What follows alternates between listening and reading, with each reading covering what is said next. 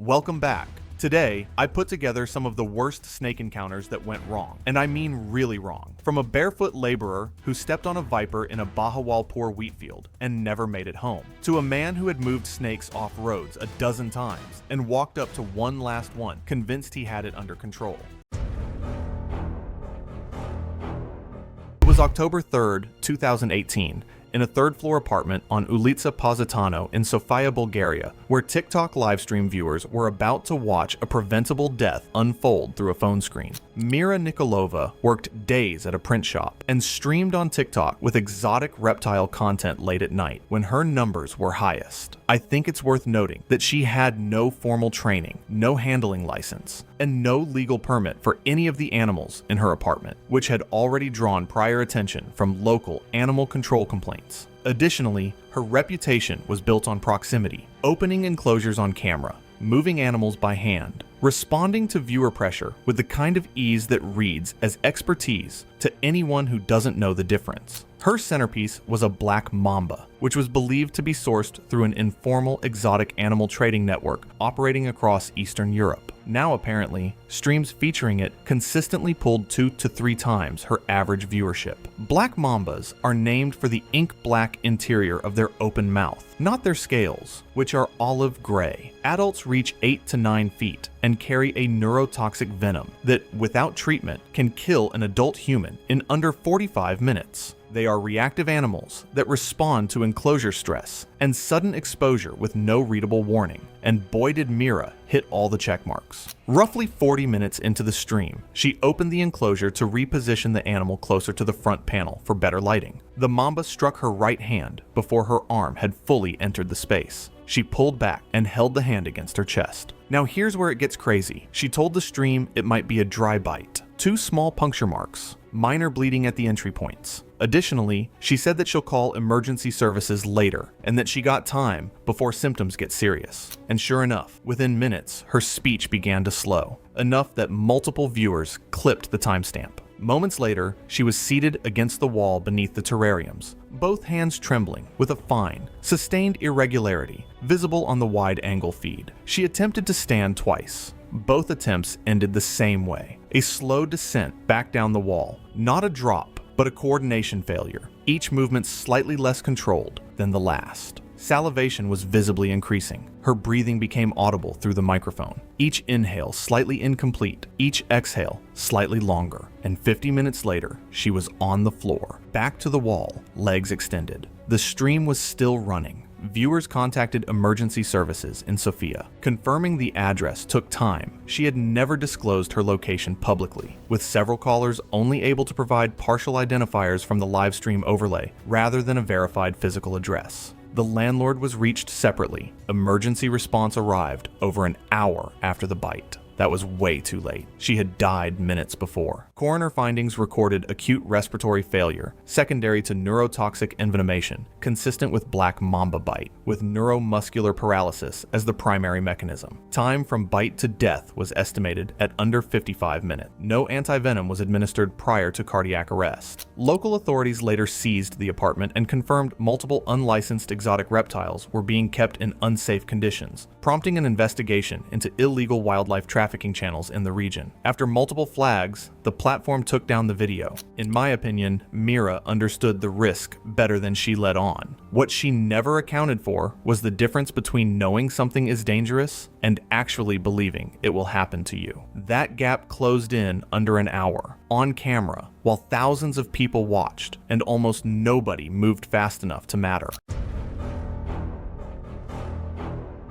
It was January 21st, 2017, on a semi-rural property south of Adelaide, where dry grass, a weathered timber fence, and a strip of overgrown yard separated a small rented house from open land. The afternoon heat sat heavily over the property, and the backyard shed cast the only real shade near the fence line. Lachlan Vose, 34, was a concreting contractor who lived hard and talked louder than most people around him. He was tall, built solid, and known for brushing off danger rather than avoiding it. pregnant. He had 3 young children and was separated from their mother. And this was supposed to be a casual day with friends at his rental house. Not anything serious or planned, just one of those afternoons that doesn't feel like it's going anywhere until it does. 5 friends were already at the house, drinking and hanging out outside since the afternoon, filming bits of conversation on their phones, while the heat pushed everyone into the shade near the shed and fence. When someone noticed a dark-banded snake in the dry grass by a fence post, most of them stayed back and talked about it, but Lachlan walked over anyway, saying he thought it was a tiger snake. Even after people told him to leave it alone, he picked up a bamboo stick and moved closer while the others watched and filmed. He tried to press the snake down with the stick, but it moved quickly and twisted along it. Within seconds, he dropped the stake, reached in with his bare hand, and the snake struck and bit the space between his thumb and index finger. He quickly pulled his hand back and shook it hard, trying to fling the snake off. It finally let go and fell back into the grass. Lachlan looked down at his hand while still standing there and said he'd been bitten. But at first he almost smiled, like he didn't think it was anything serious. The others didn't react right away. A few of them just stood there, unsure, thinking he might be overreacting since he was still talking and on his feet. For a few seconds, nobody really stepped in or took charge, and the group kind of looked at each other without anyone taking responsibility. One person asked if it was actually serious, while another suggested waiting a moment to see if it got worse. Only as his condition started to change more noticeably did someone finally tell another person to call emergency services, and even then, there was a short delay before the call was actually made. Within minutes, the bite started swelling and turning hot. Lachlan's face changed as the pain spread up his hand and arm, and he kept saying something felt wrong. His arm began to tighten, and it was clear something was serious when his grip failed and his skin started changing color. Things got worse quickly. Blood kept leaking from the bite and soaked through the cloth much faster than expected, forcing them to keep replacing it. He wiped his mouth and noticed blood there too, which made it clear something wasn't right. Soon after, he started feeling nauseous, threw up once, and began struggling to stay on his feet. Even with support from the others, he couldn't stand properly anymore. Emergency services were called more than 10 minutes after the bite, and his condition worsened quickly while they waited. His arms swelled and darkened, his speech became unclear, and he soon couldn't stand. In the final minutes, he stopped responding, breathing became shallow, and he went unresponsive while someone stayed beside him. Paramedics arrived shortly after, but he was already dead, and attempts to revive him failed. The death was caused by envenomation from an eastern tiger snake. The venom triggered severe disruption of blood clotting and progressive paralysis, leading to uncontrolled internal and external bleeding, combined with respiratory failure. Anti-venom was administered too late to reverse the effect. Afterwards, fragments of the incident appeared online. Short clips filmed during the event circulated briefly before being taken down. News reports mentioned a fatal snakebite at a private property, but details were limited and public discussion was short-lived. Lachlan's children were told later that evening. His eldest asked if it hurt. Their mother told them it was very fast and that he didn't suffer for long. Sometimes that's the only version people can carry forward. Even then, it rarely feels like enough explanation for something that happened so quickly. It was August 19th, 2018, on the outskirts of Chennai, India, and by the time Naveen Suri lay down on his floor mat, he had less than 3 days left to live. Naveen was 29, a delivery driver for a small logistics company operating out of Ambattur. He ran routes 6 days a week, mostly auto parts and packaged goods, and was known among co-workers as dependable in the mornings and unreliable by midnight. He lived alone in a single-room rental attached to his uncle's property, a concrete structure with a corrugated roof, exposed drainage, and a storage corner stacked with feed sacks, broken crates, and accumulated debris. The floor mat beside that corner was where he slept on nights he came home too late or too drunk to bother with his cot inside. It was a habit his family had noted and dismissed. The storage corner backed against a low wall where rodent activity was consistent and well established, the kind of microhabitat that functions, without anyone intending it, as a reliable feeding station for ambush predators. Naveen returned home shortly after 2 a.m., after an evening with co-workers at a local bar. A neighbor saw him walking along the lane, unsteady but upright, heading toward the rear of the property. He did not go inside. He pulled his mat from its usual position near the storage corner and lay down. There were no lights on. Unfortunately, there was no one with him except a sneaky, venomous predator. Russell's vipers are among the most dangerous snakes in Asia, responsible for more human fatalities annually than nearly any other species on the continent. An adult specimen reaches nearly 5 feet in length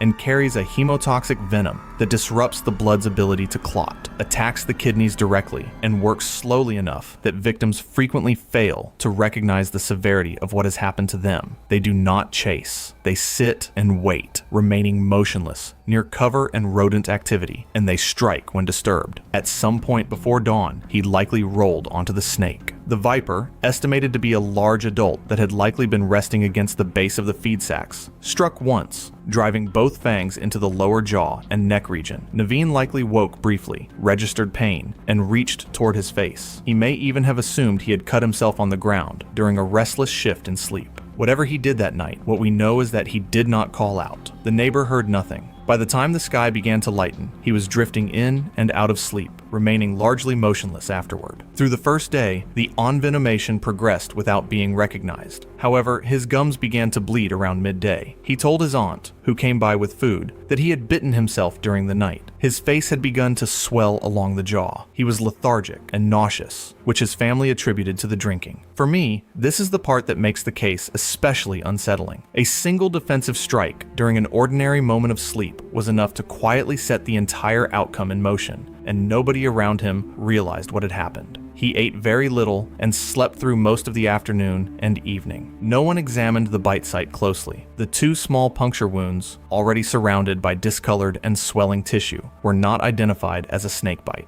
By the second day, the hemorrhagic process had advanced. His urine output had dropped sharply. The bruising spreading across his neck and upper chest was visible and significant. His speech had become slow and imprecise. A family member noted that his skin had become pale and his urine noticeably darker. Still, the decision was made to wait and see. I'm sitting in front of my laptop reading this, thinking, do the people around him actually know what it means to be hungover? He was brought to a government hospital on the morning of the 3rd day, approximately 60 hours after the bite. Blood panels returned, findings consistent with severe coagulopathy and acute renal failure. Antivenom was administered, but the organ damage was beyond reversal. He died in the early afternoon of August 22nd. The coroner's report recorded the cause of death as delayed envenomation following Russell's viper bite, with contributory findings of venom-induced consumptive coagulopathy and acute bilateral renal failure. The time of death was listed as 1:47 p.m. The storage corner was inspected. The snake was not found. In my opinion, Naveen's drinking absolutely contributed to the delay, but the people around him failed him just as badly by dismissing obvious medical distress as nothing more than another hangover.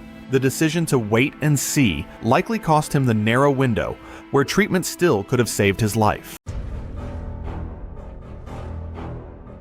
It was May 14th, 2013, and by mid-morning, the air in the Kochi outskirts was already thick and wet. Somewhere inside a single-story home on the edge of a quiet residential lane, a man was preparing to do something his neighbors had watched him do a dozen times before. Rajesh Menon, 42, had spent the better part of 2 decades working with snakes. He sourced them, bred them, and sold them to private collectors and the occasional research contact. He was not formally trained, no herpetology degree, no institutional affiliation, but he had handled enough animals to carry himself with the confidence of someone who believed experience was indistinguishable from expertise. I do think overconfidence is a slow and insidious killer, and this man will prove it. He was well known on his lane, the kind of man who attracted small crowds when he opened the terrariums in his back room. Neighbors recalled him as loud and good-humored, someone who liked an audience. His prized possession was a king cobra he had kept for roughly 3 years, nearly 12 feet long, which he referred to by a nickname and claimed had never given him serious trouble. He had told people this often enough that he had begun to believe it absolutely. The lane where Rajesh lived ran alongside a narrow canal choked with water hyacinth, and on the morning of the 14th, the air smelled of mud and something faintly floral. He had invited 2 neighbors over, a retired schoolteacher and the man who ran a small provision shop nearby, to see the cobra before a potential buyer came to look at it that afternoon. King cobras are the longest venomous snakes on Earth, capable of reaching over 18 feet and weighing more than 20 pounds. A single envenomation can deliver a large volume of venom, sometimes several hundred milligrams depending on the bite, capable of causing rapid and severe neurotoxic effects in humans. The schoolteacher later told investigators that Rajesh had said the snake was used to his presence, that it would not react. He lifted the lid and reached in barehanded, gripping the animal just behind the jaw as he had done before. For a moment, the cobra was still. Then it coiled. The neighbors both stepped back. The strike happened twice, in fast succession, before either man fully registered the first. The cobra's fangs connected near Rajesh's right forearm and again closer to the wrist. He did not drop the snake immediately. He stood holding it for several seconds, his expression difficult to read, before he set it back into the terrarium and closed the lid. The neighbor said he was calm at first. He sat down on the veranda steps, flexing his hand, saying it was fine. I have relatives like this. People who think being flustered and panicking damaged their ego, but none of them ended up this badly. Neither of the witnesses attempted any first aid, and there was a brief period of hesitation as they tried to decide what to do. Rajesh just waved them off and put back the cobra like nothing happened. He then invited them inside their house for chit-chat. Within 10 minutes, his speech had begun to thicken. By the 20-minute mark, his words were no longer fully intelligible. His eyelids had begun to droop, and his grip strength was visibly weakening, and he was having difficulty controlling his head. The schoolteacher described him leaning against the veranda post, trying to stand, then sliding sideways. His breathing was audible, slow, labored, with long pauses between inhales that grew progressively longer. There was no thrashing, no seizure. The deterioration was quiet and steady in a way both witnesses found more disturbing than violence would have been. His lips were darkening. The venom was dismantling his respiratory musculature with mechanical precision. The teacher called the local government hospital at approximately the 20-minute mark. The ambulance arrived about 30 minutes after that call. By then, Rajesh was supine on the veranda floor, unresponsive, showing progressive paralysis, still breathing weakly in shallow, irregular pulls. Paramedics attempted resuscitation. He was transported but showed no meaningful response during transit and was pronounced dead shortly after arrival at the hospital. The cobra was found inside the closed terrarium when wildlife officers arrived later that afternoon. The post-mortem examination confirmed full neurotoxic envenomation. The report noted bilateral fang punctures on the right forearm consistent with a defensive strike pattern, significant venom absorption, and complete respiratory paralysis as the cause of death. Rajesh's family cremated him within 2 days. I can't help but think this was a death entirely of his own making. A man so drunk on his own hype, so desperate to play the fearless expert for a pair of captive neighbors, that he barehanded a 12-foot neurotoxic missile and then waved off help like he'd stubbed a toe. It was January 14th, 2014, and the cramped chicken coop on the outskirts of Kampong Cham felt smaller than ever, the low ceiling forcing anyone inside to crouch while moving. That night, a massive Burmese python had already made its way into space, waiting for an opportunity to strike. Sokum Dara, 51, had spent decades building his small farm, raising chickens for both his family and extra income. He was a careful man, known for tending his birds meticulously. Lately, though, 6 chickens had gone missing, and Dara's frustration grew. He decided to stay overnight in the coop, hoping to catch the culprit. At first, Dara assumed the thief was a human. He imagined a neighbor or passerby sneaking in under cover of night to take his chickens, thinking about the footprints he might see or the shadows he might catch. I can picture him sitting there, crouched among the chickens, flashlight in hand, legs cramping, thinking he's ready for whatever comes, but not knowing what's really waiting. The coop was tiny, only 8 by 12 feet. Every corner was within reach, leaving little room to dodge anything large. Burmese pythons can reach 16 feet in length and weigh over 160 pounds. Their strength is terrifying. They can crush ribs and stop blood flow in minutes. In confined spaces, they use every surface for leverage. Dara probably thought he was in control, but the space gave the snake the upper hand. I keep thinking about how claustrophobic that must have felt. Walls so close that every move became a risk. Earlier signs should have warned him. Villagers had talked about increased python activity after the seasonal flooding, and a neighbor had found a large shed skin nearby. Chickens were acting stressed, squawking at night, huddling unnaturally. I can almost hear that frantic clucking echoing in my head, like a warning he didn't fully understand.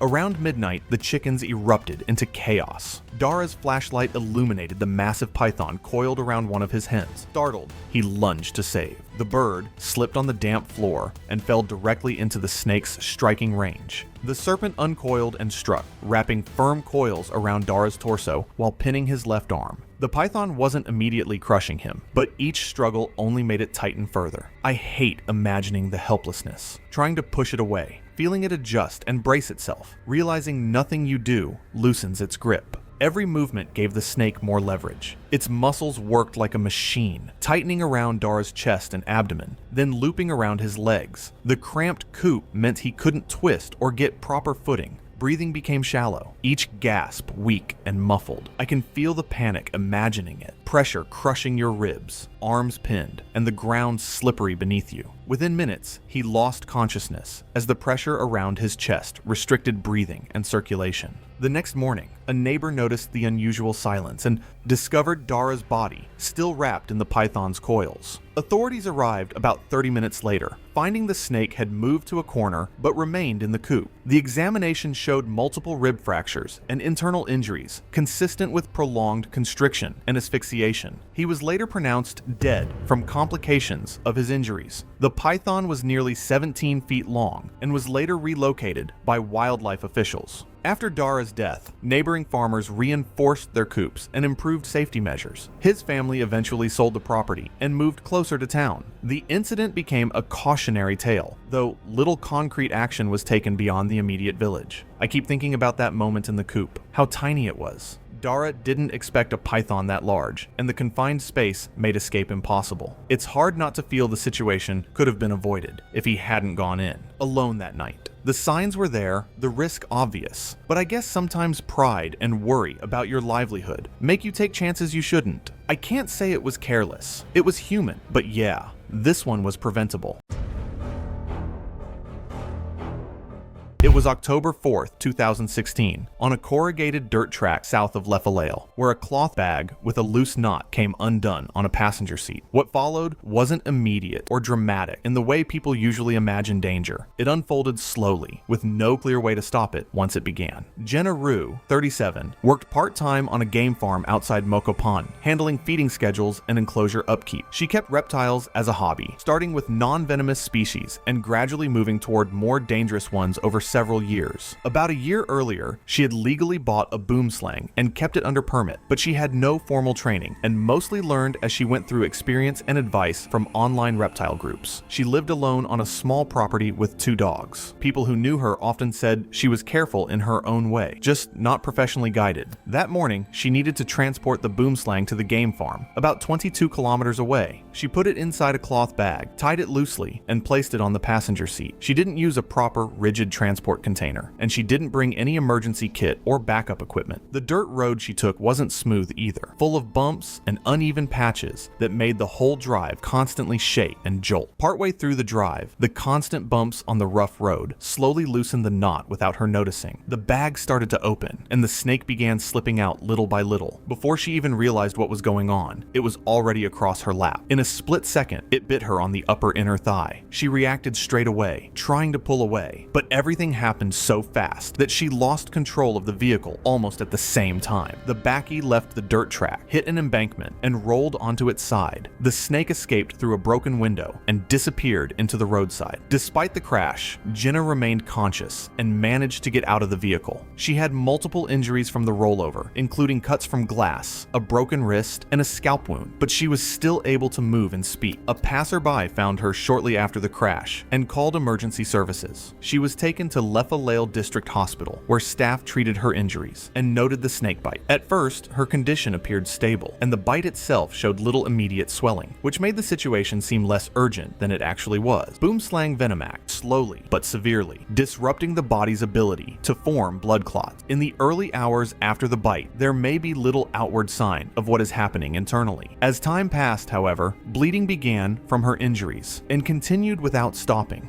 Wounds that had been stitched reopened. IV sites bled continuously, and even minor marks on her skin started to spread and worsen. Despite treatment efforts, including blood products to replace lost clotting factors, the venom continued to override the body's system. The hospital did not have species-specific antivenom, and a shipment from Johannesburg was arranged, but it would take several hours to arrive. That waiting period mattered more than anything else in the room, because with this kind of venom, time isn't just a factor, it's the main limit. As her condition deteriorated, bleeding became widespread and uncontrollable, affecting multiple parts of her body at once. She became confused as blood loss progressed, and her blood pressure dropped to dangerous levels. By the time it became clear that standard treatment would not be enough, her condition was no longer reversible. Jenna Rue died later that night from severe internal and external bleeding caused by complete failure of her blood clotting system. The anti-venom arrived after her death. 3 weeks later, a local health advocacy group mentioned an unnamed fatal boomslang bite in rural Limpopo, pointing out the lack of treatment available in district hospitals. The case quietly circulated in reptile-keeping communities online and was later brought up at a professional meeting about delays in anti-venom supply. Her name was not widely shared, her dogs were taken in by a neighbor, and her reptile collection was surrendered to a licensed facility. The boomslang was never recovered from the roadside, and official records of its transfer were eventually closed.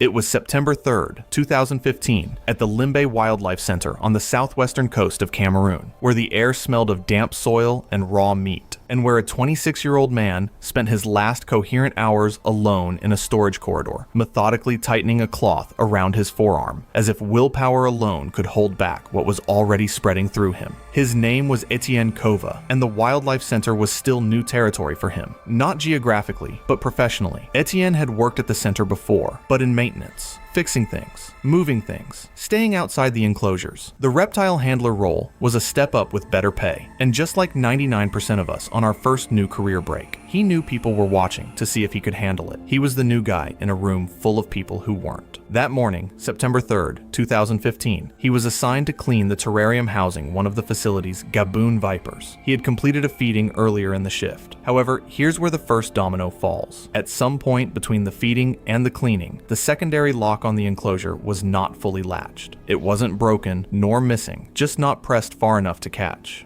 Due to what I'm assuming was a newbie mistake rather than incompetence, he likely didn't notice it, and he began the cleaning anyway. The Gaboon viper is the largest viper on the African continent. Adults routinely reach 5 feet in length and can weigh over 20 pounds. What makes them particularly dangerous isn't aggression, they are actually slow to provoke. What makes them dangerous is their fang length, which can reach 2 inches, and their venom yield, among the highest of any snake in the world per strike. A single bite can deliver enough hemotoxic venom to destroy tissue, collapse blood vessels, and trigger system-wide hemorrhaging. They don't need a second shot. Now the second domino. While wiping down the back panel of the terrarium, Etienne's forearm moved within range. The viper struck once, 2 deep punctures, straight into the forearm, from fangs long enough to reach past the muscle surface. He made 2 mistakes, and that was all that was needed. The bleeding started immediately. The swelling followed within minutes. Not gradual, but visible, spreading up from the wrist toward the elbow, like something inflating under the skin. A quick Google search describes the pain from a Gaboon bite, according to survivors, as immediate and severe, a deep burning pressure that doesn't plateau. Now here's where it gets frustrating for me when I read this case. He did not tell anyone. CCTV footage reviewed afterward showed him walking to a utility sink, running water over the arm, then wrapping it with a cloth. He returned to the storage areas of the facility. He did not go to the on-site medical station. He did not flag down a colleague. He sat alone and, over the following hours, repeatedly tightened the cloth around his forearm as the swelling continued to rise. Hemotoxic venom from a Gaboon viper doesn't just damage the bite site. It disrupts the blood's ability to clot, breaks down tissue from the inside and causes internal bleeding throughout the body. Within a couple of hours, his skin around the bite would have begun blistering. His blood pressure was likely dropping. CCTV captured him visibly pale, moving slowly, at one point bracing against a wall. He was confused. His body was telling him everything he needed to know, and he still didn't call for help. Roughly 5 hours after the bite, Etienne collapsed in a storage corridor. Want to know the craziest part? Anti-venom was actually available on site. The center kept it precisely for situations like this. A colleague found him approximately 20 minutes later, but at this point, the delay had cost him too much. The venom load from a full Gaboon strike, combined with 5 hours of no treatment, had already done irreversible damage. Etienne Kova died before he could be stabilized. He never made it outside that facility. Imagine that. Dying because asking for help felt worse than handling it alone. That kind of pride, the kind that makes a new employee hide a deadly mistake, is genuinely more dangerous than the snake. The center quietly retrained staff afterward. New protocols, tighter checks, the usual institutional response.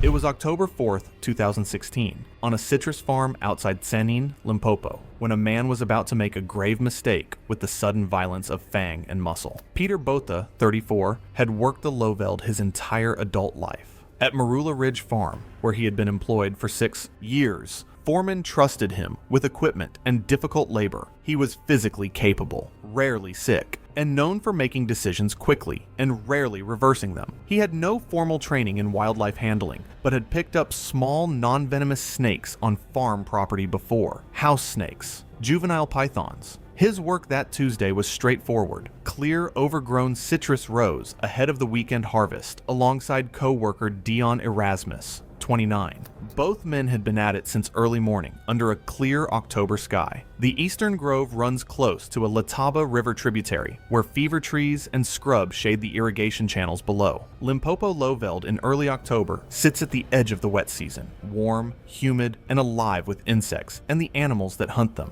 The boomslang is a rear-fanged colubrid capable of reaching 5 feet in length. Its body slender, and its eyes disproportionately large. Its venom is hemotoxic, methodically dismantling the blood's clotting system and triggering disseminated intravascular coagulation, a cascading failure in which clotting factors are consumed until hemorrhage becomes uncontrollable from within. Dion spotted the snake first, coiled in the crook of a fever tree branch, about 4 feet off the ground. Vivid green, with large, motionless eyes. He told Peter to leave it and move to the next row. Farm management had circulated a written notice earlier that season about increased snake sightings near the irrigation channels following upstream flooding, advising workers to report encounters to the site supervisor rather than engage. Peter had been present at that briefing. He stepped toward the tree regardless, studying the snake from about 3 feet away. He reached up and attempted to grab the boomslang behind the head with his bare right hand, but his grip slipped almost immediately along the narrow neck.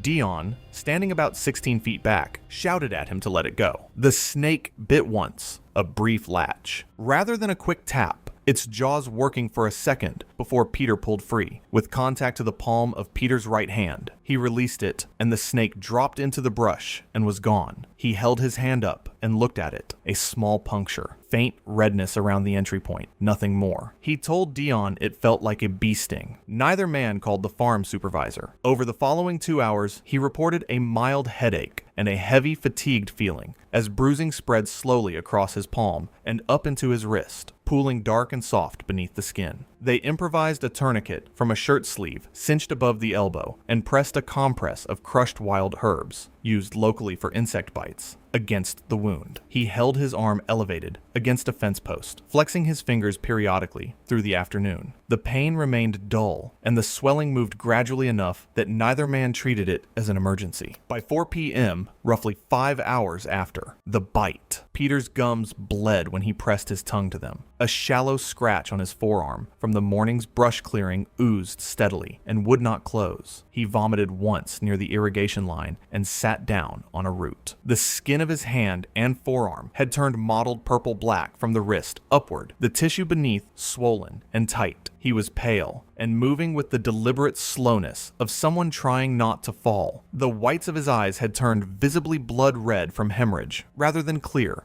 Dayon began calling the clinic in Tsenin, about 12 miles away, at 5 p.m. He made 3 calls over 40 minutes. A nurse on the final call told him to bring Peter immediately and advised them to keep him still and remove any constriction, though the tourniquet remained in place. By then, his eyes were fully bloodshot with pooled hemorrhage. He was semi-conscious when they loaded him into the farm bakkie. He grew increasingly unresponsive during the drive, his breathing shallow and uneven. Emergency personnel met them on the road approximately 40 minutes after the final call. Peter had no pulse. Paramedics initiated resuscitation briefly, but found no response and no signs of reversible cause. He was pronounced dead. Peter was buried on family land east of Tsanin 4 days after his death. To be honest, I can't muster any sympathy for a man who was explicitly warned at a farm briefing, told by his co-worker to leave it alone, and still reached barehanded for a boom slang, then shrugged off a bite as a bee sting, slapped on a tourniquet and some herbs, and waited until his eyes bled to call for help.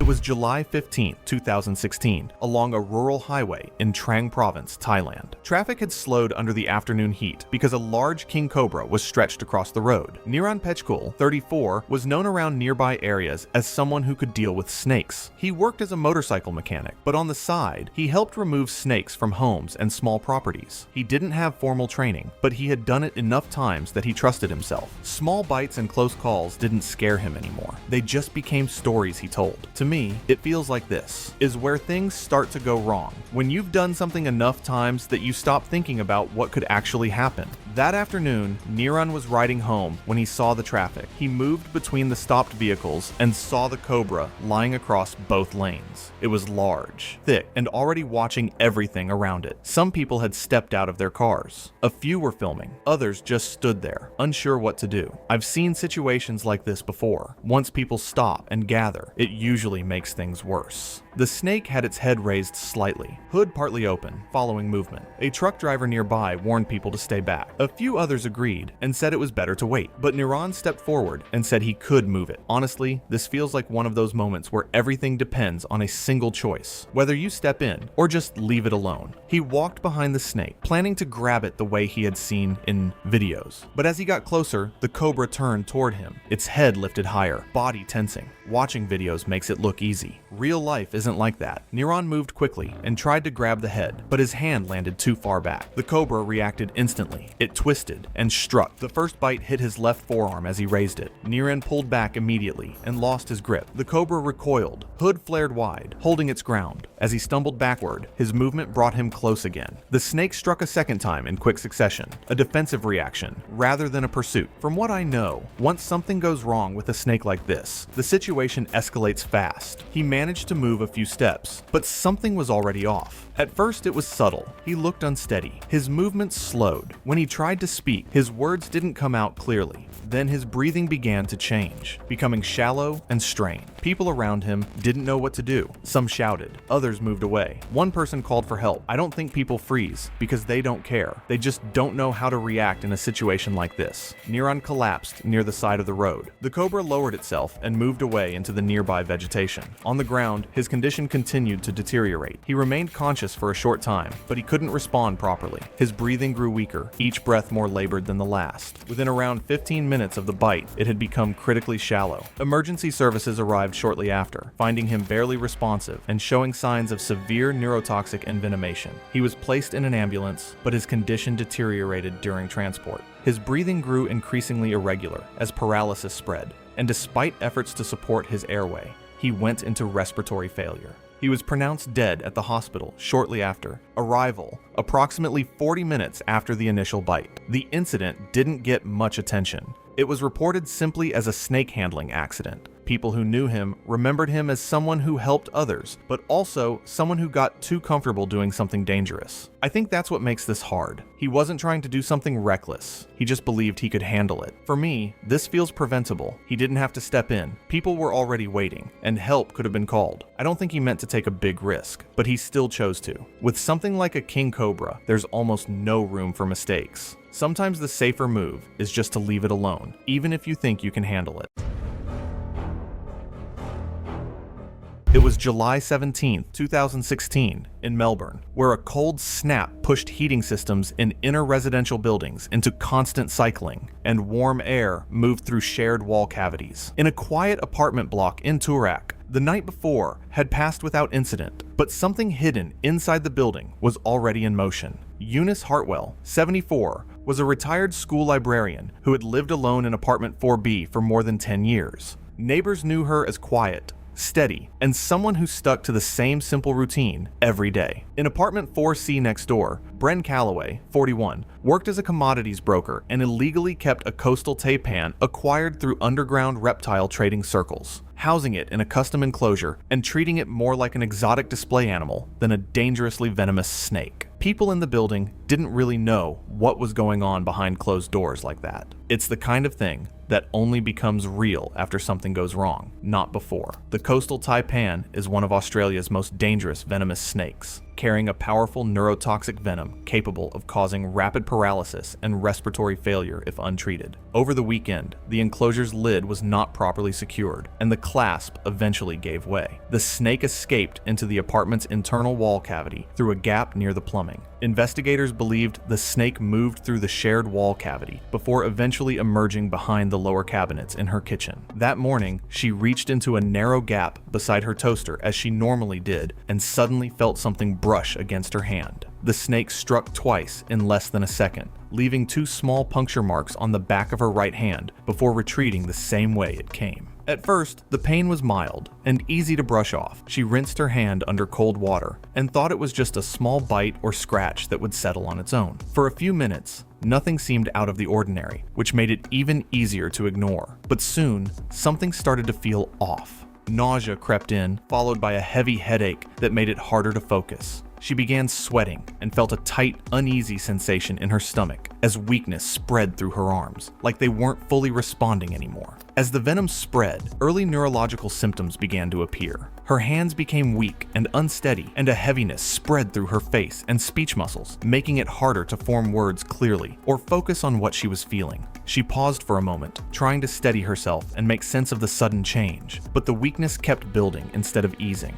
She tried to stand, gripping the edge of the table for support, but her legs failed to hold her weight, and she collapsed back into her chair, breathing more shallowly as the symptoms continued to progress. The phone in her apartment was only a short distance away, close enough to reach under normal conditions, but she never managed to get to it. Her movements slowed more and more as the symptoms advanced, and she didn't seem to fully grasp how serious it had become until she could no longer move properly at all. By mid-morning, she was no longer responsive. She had slumped against the kitchen table as her condition worsened and breathing gradually failed. There were no emergency calls made, and no one in the building checked on her during the day. It just stayed quiet in that apartment, which made everything worse in hindsight. She was discovered the following evening by her son, Graydon Hartwell, after several unanswered calls. He entered the apartment and immediately called emergency services, but paramedics confirmed she had been dead for many hours. The estimated time of death was the morning of the previous day. The coroner later determined that she died from severe coastal taipan envenomation with progressive paralysis and respiratory failure caused by the venom's neurotoxic effects.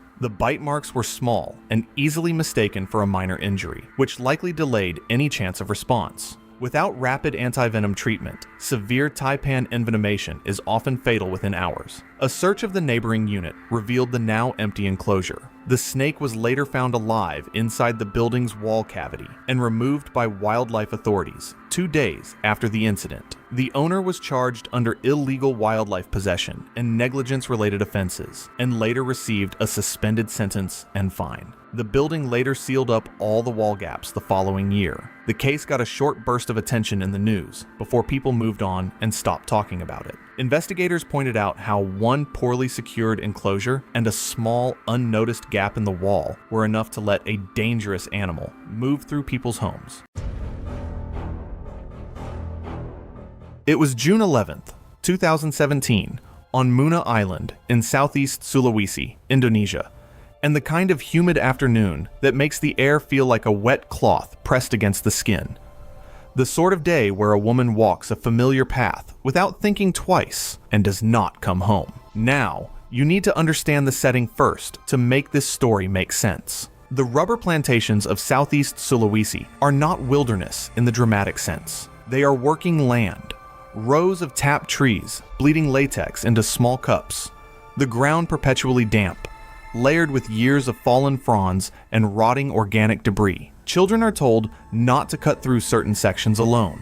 Adults talk about the ground itself more than anything in it, how it shifts, how it hides things, how sound gets swallowed by it. The woman who would be found in that field 3 days after turning 43 was named Lyra Patu. Lyra had 3 children, the youngest still in primary school. She was a rubber tapper who had worked the same plantation routes outside her village for years. Her husband worked irregular hours doing construction when it was available. There was a goal she had talked about with her husband quietly, saving enough to repair the roof before the next rainy season. Small, practical, achievable. The kind of goal that assumes tomorrow. On June 11th, 2017, Lara left her home in the early afternoon to walk to a roadside kiosk roughly almost a mile away to buy headache medicine. She took the plantation shortcut. A neighbor later mentioned that he had noticed a section of flattened grass and disturbed debris that morning along that same path and had not thought much of it. The afternoon was ordinary. Nobody heard anything significant until a brief shout, a single sound that a villager nearby would later describe as short and cut off. Not a scream, just a sound that stopped.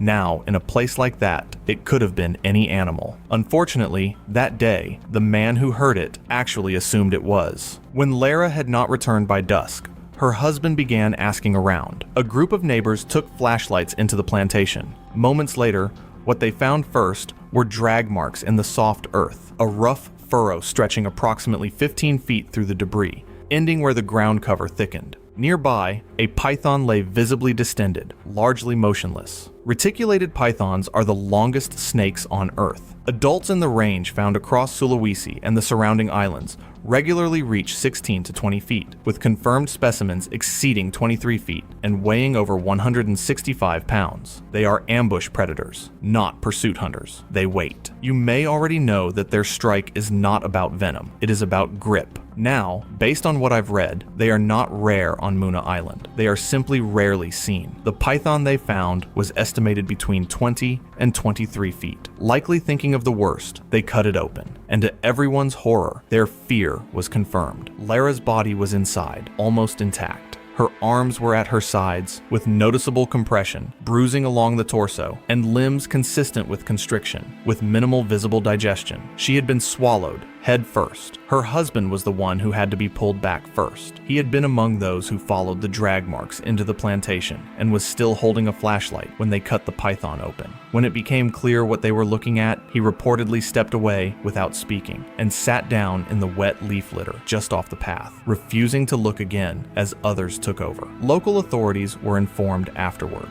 though no emergency response was required or available at the scene. She died in that field, within a short distance of a path she had walked hundreds of times. Her children were still at home with a neighbor when word spread back to the village. By the time the body was brought out of the field, none of them were at the plantation anymore, and they were kept indoors through the night, while relatives handled the arrangements. She was buried the following morning. It's harrowing to think that she was simply on a path she trusted, doing something ordinary, and that is precisely why it happened. It was August 3rd, 2014, and the dry heat of the Limpopo bush pressed over the Olifants River corridor with a weight that makes the ground feel closer than it should. The kind of afternoon that ends badly for people who confuse stillness with safety. Thomas van Rensburg was 28, a mechanic from Sanin, who spent his weekends filming reptiles in the scrubland bordering Kruger National Park, where he lived in a rural cabin and had spent enough time outdoors to believe he understood what lived there. Based on what I've read, he was not a trained handler or a herpetologist. He owned 2 hard drives of wildlife footage, monitor lizards, puff adders, whatever moved, shared between friends, and never sold. His reputation among the group he hiked with was of someone who pushed past the point others stopped at. He had survived enough close calls that risk had become habit rather than warning. He had spent weeks planning this particular stretch for its rocky riverbed outcroppings, where snakes concentrated during the dry season.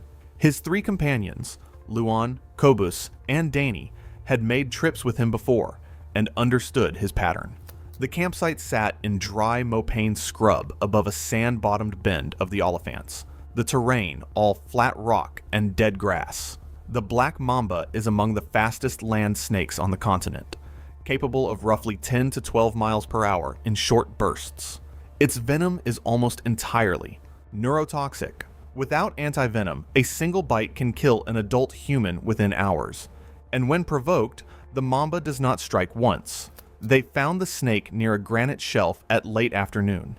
It had already raised the front third of its body off the ground, mouth slightly parted, the black interior clearly visible. As Thomas stepped closer, the snake shifted laterally along the rock, angling away as if to escape before stopping and turning back toward him. Luan told Thomas they should back away. Cobus agreed. Thomas picked up a branch from the ground and said he only wanted footage of it moving. His camera was already recording from where he had set it down moments earlier, angled toward the rock. The snake held its position. He prodded it once. It contracted sharply and turned. He prodded it again. The first strike came before anyone registered movement. A dry, flat impact against skin, followed by Thomas jerking his left forearm to his chest. The snake surged forward in a rapid sequence of strikes, two landing cleanly on the same forearm within seconds, while others glanced off as he recoiled. Thomas sat back and came down hard on the granite. His friends moved toward him immediately. Two puncture sites were visible on the inner forearm, already welling and darkening at the margins. They pulled out their phones. No signal among the four of them. The nearest ranger station was a multi-hour hike in daylight. The light was already going. During their hike, the neurotoxin moved through him in sequence. Peripheral sensory disruption first, then progressive motor failure, then the respiratory muscles. His breathing became audible, a shallow mechanical pull against a chest that was no longer responding correctly. His fingers moved involuntarily along the sleeping pad beneath him. When Cobus spoke directly to him, Thomas opened his mouth and produced only a whisper, the muscles of his face already losing precision. Luan wrapped a cloth tightly above the bite, and they tried to keep his arm still against his body, speaking to him to keep him responsive as long as possible. They assembled a stretcher from two hiking poles lashed to sleeping pads with paracord, moving as quickly as 4 people in shock could manage. They were carrying him within 12 minutes of the second bite. The terrain was uneven and broken, the trail barely visible once the last light left. They rotated at the poles every few hundred meters. They lost the trail twice and had to backtrack. Thomas was fully unresponsive by the second hour, his breathing reduced to something barely audible. Somewhere during the third hour, carrying him down a dry riverbed in the dark, his chest stopped moving. They did not stop walking. They reached a gravel road after roughly 4 hours and flagged down a passing farm vehicle. A ranger arrived at approximately 11:40 p.m. Thomas was already dead. No antivenom had been administered at any point. The field coroner's report noted 2 puncture wounds on the left forearm consistent with large elapid envenomation, no evidence of treatment administered, and cause of death as acute respiratory failure due to neurotoxic envenomation. Honestly, I don't feel sorry for him. I feel sorry for Luan, Cobus, and Danny, who had to watch a grown man's ego write a check his respiratory system couldn't cash. Thomas Van Rensburg didn't die because the mamba was fast. He died because he was too stupid to stop poking it. It was March 28, 2015, in a cocoa plantation in the eastern region of Ghana, where thick vegetation covered the ground after days of heavy rain. The narrow paths between plots were muddy, and visibility near the ground was poor. The ground looks almost the same everywhere. Wet leaves, dark soil, nothing really stands out. Kojo Mensah, 42, worked seasonally on the plantation. He was known for being efficient, often moving faster than others, by cutting through areas most workers avoided. He had done the job long enough to feel comfortable navigating dense brush, even when others stuck to the cleared paths. You can picture him moving ahead of the others, not really slowing down, just focused on getting through. That week, supervisors had warned workers to stay on marked paths. The rain had pushed animals, including snakes, into thicker ground cover. Most workers followed the advice, but Kojo continued using a shortcut he had taken many times before. Late in the morning, he moved between plots, stepping through leaf litter and low brush. The ground was uneven, softened by rain, and covered in fallen leaves. Visibility was limited to just a few feet ahead. Everything is quiet except for footsteps and the sound of leaves shifting under him. He stepped forward. His foot came down directly onto a camouflaged Gaboon viper. The snake struck immediately. Kojo jerked back, more surprised than anything at first. For a brief moment, it wasn't clear what had happened. Then, the pain hit, sharp and immediate. He tried to steady himself, but the intensity forced him to stop moving. The reaction is quick, more instinct than understanding at that point. Within moments, swelling began around his ankle. The area around the bite changed quickly, and he struggled to put weight on it. He called out, and nearby workers rushed over. They found him sitting on the ground, trying to stay upright. The swelling was already spreading and bleeding from the wound hadn't stopped. You can imagine them looking down, trying to figure out what exactly they're dealing with. Co-workers tried to help him stand, but he couldn't support himself. They decided to carry him out of the brush toward the nearest access road. One of them ran ahead to alert the supervisor. As they moved him, his condition started to change. He became weaker, less responsive. His grip loosened when they tried to support him. He spoke less, and when he did, it was unclear. The movement gets slower, more careful, like they're trying not to make things worse. They tried to keep his legs still, but the uneven ground made it difficult, and the walk to the main road felt longer than usual. A vehicle was arranged quickly, but the 40-minute ride to the clinic proved critical. During transport, his condition worsened. Swelling spread up his leg, bleeding continued, and the venom disrupted clotting, causing internal bleeding and a sharp drop in blood pressure, reducing oxygen to his organs. By the time they arrived, he was in critical condition with hypovolemic shock and systemic envenomation. Despite anti-venom and fluids, his condition worsened with ongoing tissue damage, internal bleeding, and falling blood pressure. Over the next few hours, he developed organ failure and later died from massive hemotoxic effects due to circulatory collapse and uncontrolled internal bleeding. The incident didn't spread far beyond the plantation. It was recorded internally and briefly noted in local reports, but it didn't gain wider attention. Among workers, though, it changed how people moved through the fields. After something like that, the same paths don't feel the same anymore. In the following weeks, supervisors reinforced rules about staying on cleared paths. Workers who once took shortcuts began avoiding dense brush altogether. Kojo was remembered as someone hardworking and experienced, someone who knew the land well. It's the kind of place where people just go back to work the next day, but a little more careful than before. Looking at the situation, I think it could have been avoided. The safer path was already there, and the conditions that day made things riskier than usual. I don't think he expected anything to happen. It probably felt like any other day, but in places like that, one step in the wrong spot is all it takes. It was March 15th, 2014, at a private reptile park on the outskirts of Chiang Mai, where a maintenance warning about a cracked barrier panel had already been sitting unanswered for months. The midday demonstration was underway, and visitors were gathered tightly around the Cobra Pit under hot, still air. Kasim Thongsuk, 18, was a first-year economics student from Chiang Rai, visiting the park with 3 friends over the weekend. He came from a rice farming family, had done well in school, and had stepped closer to the front of the viewing area to see better. Handler Niran Phomchai, 34, had worked at the park for 7 years and had formally reported a stress fracture in a lower mounting bracket, linking it to vibration from a nearby compressor. The report was acknowledged but never acted on. The Cobra Pit was a sunken concrete enclosure surrounded by glass panels held in a metal frame at ground level. Inside was a large wild-caught king cobra used for shows, an animal that doesn't strike and pull away, but bites and holds on while its venom takes effect. That day, more people showed up than usual, and the viewing area ended up tightly packed.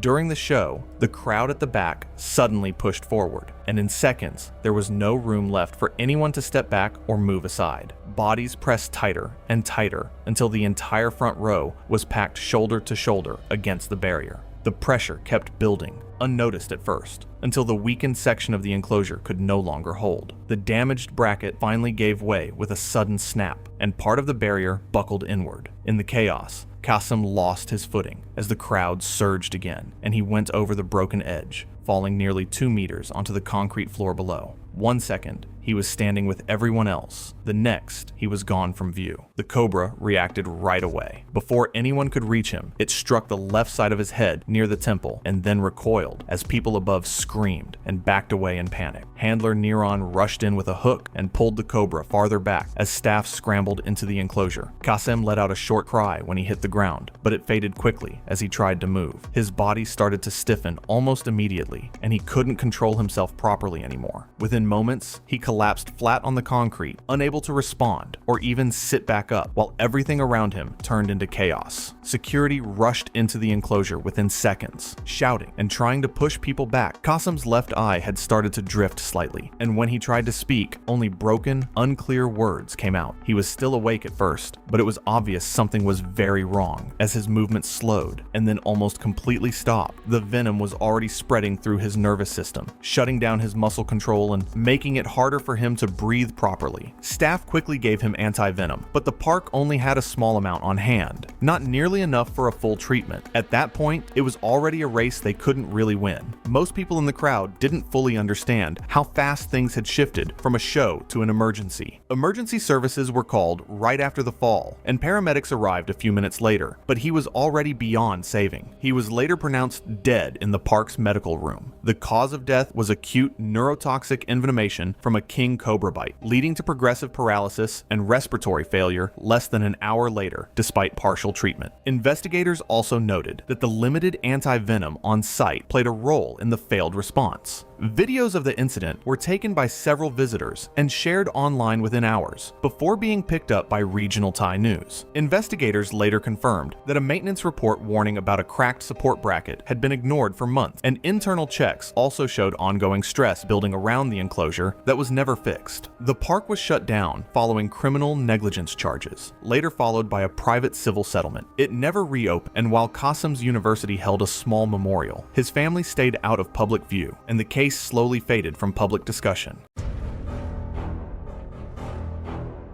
It was January 27th, 2016, and the village outside Morogoro, Tanzania had not yet stirred when the darkness inside Halima Nteko's kitchen became the last place she would ever stand upright. Halima was 51 years old, a subsistence farmer who had worked the same plot of land for 3 decades. She grew cassava and maize, sold modest surpluses at the Morogoro market on Thursdays. She had raised 4 children largely on her own after her husband's death in 2008, and she carried that weight without ceremony. Cooking before sunrise was not a habit. It was the architecture of her days. According to her family, that morning she rose at 4:45 a.m., as she always did. The kitchen was a detached mud brick structure behind the main house, dim and cool. Her oldest daughter was asleep.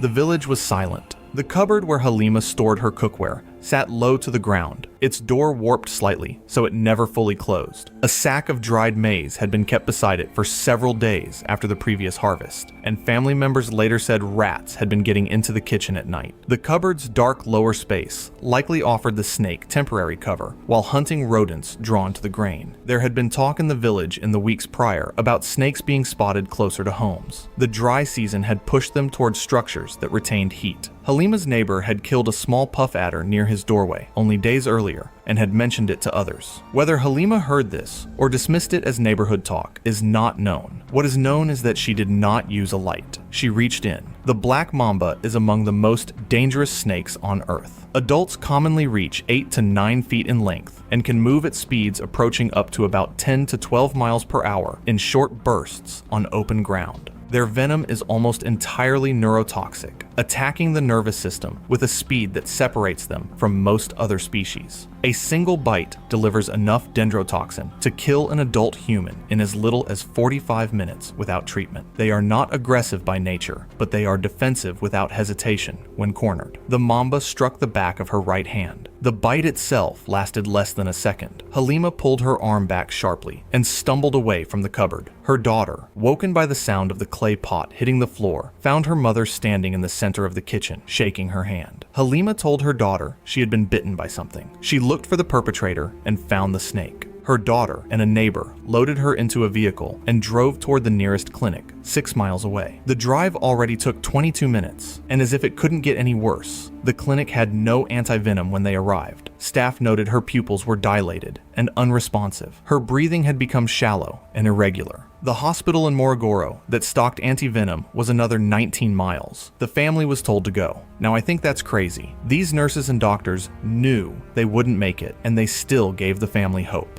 Needless to say, they did not make it in time. Halima and Teiko died in the vehicle. Time from bite to death was estimated at 94 minutes. She was buried 3 days later in a ceremony attended by most of the village. Her children stood at the graveside without speeches. Tanzania has maintained some of the lowest anti-venom stockpile rates in sub-Saharan Africa for over 2 decades, a problem health officials have documented repeatedly and governments have addressed rarely. Corruption at the procurement level ensures that what funding exists rarely reaches the facilities that need it most. In my opinion, that's what killed Halima.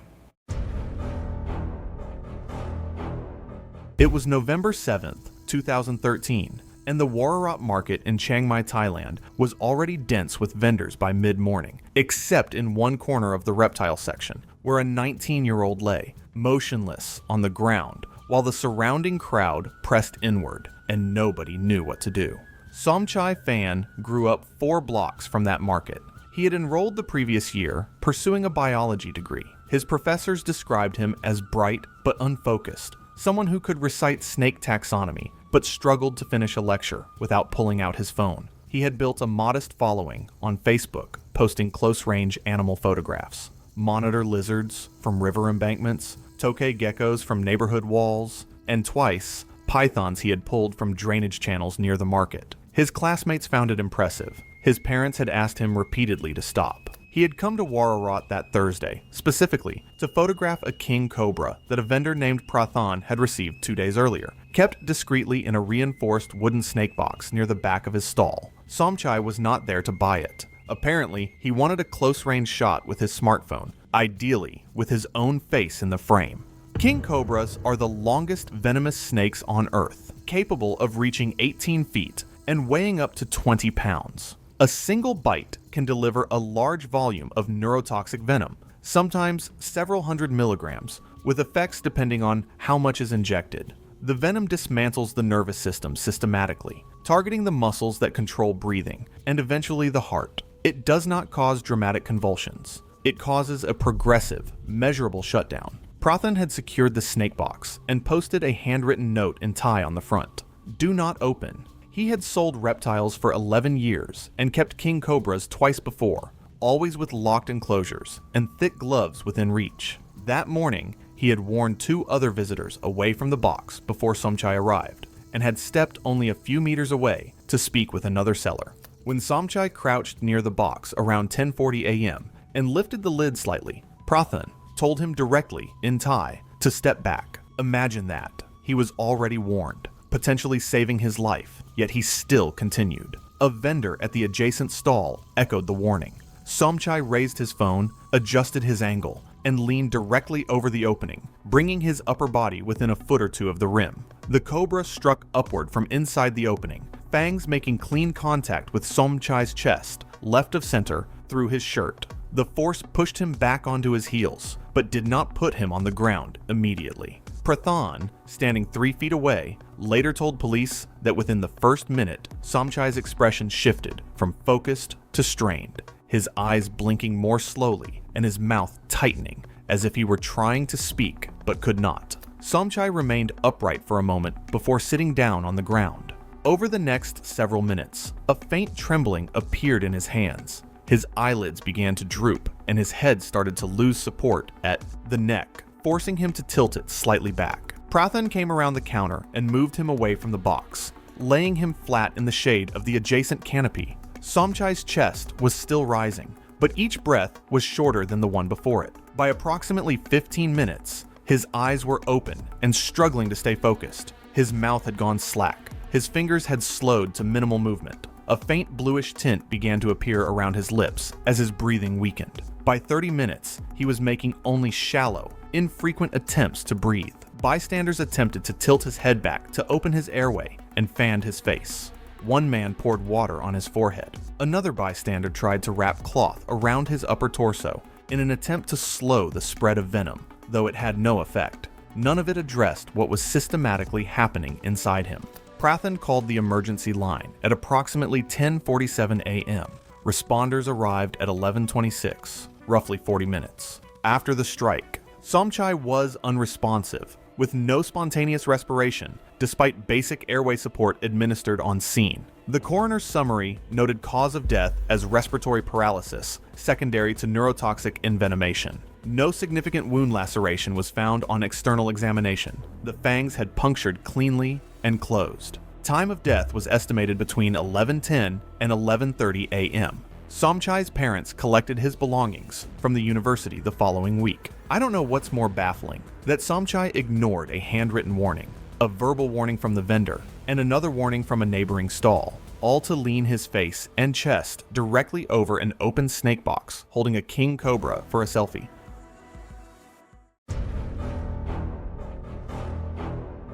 It was August 12, 2018, and the small wildlife park outside Polokwane should have been a fun stop on Leora's trip. But that day, it became a disaster waiting to happen. Thick concrete barriers and glass separated visitors from the snakes, and yet one wrong step would turn everything upside down. Leora Dane, 29, had built a modest following on her social media platform, always chasing the next daring shot. I can picture her scrolling through her feed earlier that morning, thinking she needed something epic for this post. She had a reputation among her friends for ignoring warnings and pushing limits, brushing off caution as unnecessary. That afternoon, the 15-foot king cobra appeared still behind the glass enclosure, and Leora thought she could handle it. I keep imagining her confidence, her arm stretching over the barrier, believing she was safe. Her friends egged her on, filming every move with their phones. They thought the glass and concrete were enough to keep her safe, but the snake didn't read the script. King cobras are large and fast, and even slight disturbance in close range can trigger a rapid defensive strike. It's the kind of thing you think you can control until reality hits. Then, there's no control at all. When Leora reached over the barrier, her hand moved just past the designated viewing boundary, briefly entering the snake's immediate strike range near the enclosure glass. The king cobra reacted instantly, lifting and driving its head forward in a rapid defensive strike and biting her forearm before she could fully retract her arm. The contact lasted only a moment, but it was enough for staff to immediately recognize what had happened and move in. Staff reacted within seconds, stepping in with controlled urgency to pull her back from the enclosure and secure the surrounding area so no one else could approach. The response was fast and coordinated, focused on separating her from any further risk while assessing her condition. I can't stop picturing how quickly she must have realized what had happened, the shock setting in almost immediately. Within minutes, she began showing early signs of neurotoxic envenomation, starting with slurred speech and a noticeable loss of control in her facial and throat muscles. Her breathing gradually became more labored, with short, shallow attempts to inhale becoming more frequent. She remained conscious, but increasingly weak, and was placed under close medical monitoring as responders initiated immediate treatment and prepared for possible respiratory support using rapid stabilization measures. Paramedics arrived shortly after and transported her to hospital while she was still conscious, but weak and unstable. She was placed on ventilatory support as respiratory weakness progressed. Over the following hours, her breathing continued to deteriorate due to neurotoxic effects, and despite intensive resuscitation efforts, she later died in hospital from respiratory failure caused by king cobra envenomation. The park shut the exhibit for review, raising barriers and adding briefings. Leora's case was later used in internal safety reviews and public awareness materials about enclosure risk. Local news covered the incident moderately, highlighting how a brief lapse in judgment near a wildlife enclosure can lead to a serious medical emergency that develops rapidly after exposure. Honestly, it makes me think twice about even leaning over, a railing near a wild animal. Looking back, I don't think Leora was reckless out of stupidity. She underestimated the danger, but it was completely preventable. The warnings were clear, the barriers were there for a reason, and even a brief moment of overconfidence was enough to put her in real danger. If I were there, I would have stayed back. Some animals are simply too strong and too fast to play with, no matter how brave you think you are. It was was June 19, 2013, in a village outside Jessore district where heavy pre-monsoon rains had flooded nearby fields and pushed small animals closer to homes. Inside a small bamboo and concrete house, the night was hot, still, and without electricity, with damp air slipping through gaps in the walls. Priya Bakul, 18, was the only child of Anwar, a day laborer, and Renu, a homemaker. She had recently finished her secondary school exams and was waiting on results from a nursing college application in Khulna, the first in her family to pursue higher education. In the village, she was known as quiet and focused, often helping her mother with embroidery and practicing English in a worn notebook. That night, the family slept on floor mat because it was too hot for the bed. Priya lay near the wall, her mother beside her, and her father close to the doorway. A small gap at the bottom of the wall, once stuffed to keep rats out but now loose again, was still open. Sometime after midnight, a banded crate slipped through the gap in the wall while the house was completely still and dark. It moved slowly across the passing close to all three sleeping figures without waking anyone, before reaching Priya and delivering a single bite to the top of her right foot. She didn't wait, and there was no sound as it slipped back out the same way it came. Over the next few hours, the toxin moved through her body with no visible warning. At first, it was just a quiet weakening no one could notice while she slept, but gradually, the muscles needed for swallowing and breathing began to fail. Her breathing became lighter, more spaced out, then slowly faded until it stopped completely. Through it all, she remained still, and the people beside her had no idea anything had changed. That's what makes it so hard to accept later. Nothing looked wrong at the time, and in rural homes like this, silence at night is normal enough that no one questions it. At dawn, Renu woke first and immediately felt something was wrong. The room was too quiet. Priya's breathing, something she had heard every night for 18 years, was gone. She reached out, touched her daughter, then shook her gently, but there was no response. Her skin felt strangely still and unresponsive beneath her hand. She called out for Anwar, her voice already breaking before she could fully explain what was wrong. With no emergency hotline to call, Anwar lifted Priya into his arms and ran barefoot through the narrow village lane toward the nearest health center, while Renu followed behind, calling out for help. The roads were still wet from the night rain, and people stepping outside for morning prayers or work stopped to stare as he passed. A nearby shopfront CCTV camera later captured the moment, Anwar running down the road with his daughter in his arms, while villagers stood frozen, not fully understanding what was happening. Some moved aside quietly, others just watched him disappear down the lane. It's the kind of scene people remember later and replay in their head, wishing they had known what to do. When they finally arrived, the staff checked her immediately, but it was already too late. Priya had died before reaching the facility, and there was nothing they could do. No ventilator, no equipment, no treatment available at that moment could have reversed what had already happened. Her death was caused by respiratory failure from presynaptic neurotoxic envenomation from a banded crate. The bite on the top of her right foot showed almost no visible injury, but the venom slowly shut down the muscles needed for breathing, leading to complete paralysis. She is believed to have died in the early morning hours. Later that morning, a visiting NGO worker photographed the health center, including an image of Anwar still holding Priya at the entrance. The photo was later used in a national article on rural snakebite deaths in Bangladesh, though the family was not directly named. Weeks later, Priya's nursing college acceptance letter arrived in the mail. Anwar kept it inside her English notebook with her belongings. The family never spoke publicly again, and the case slowly faded into the larger pattern of rural snakebite deaths that rarely received sustained attention.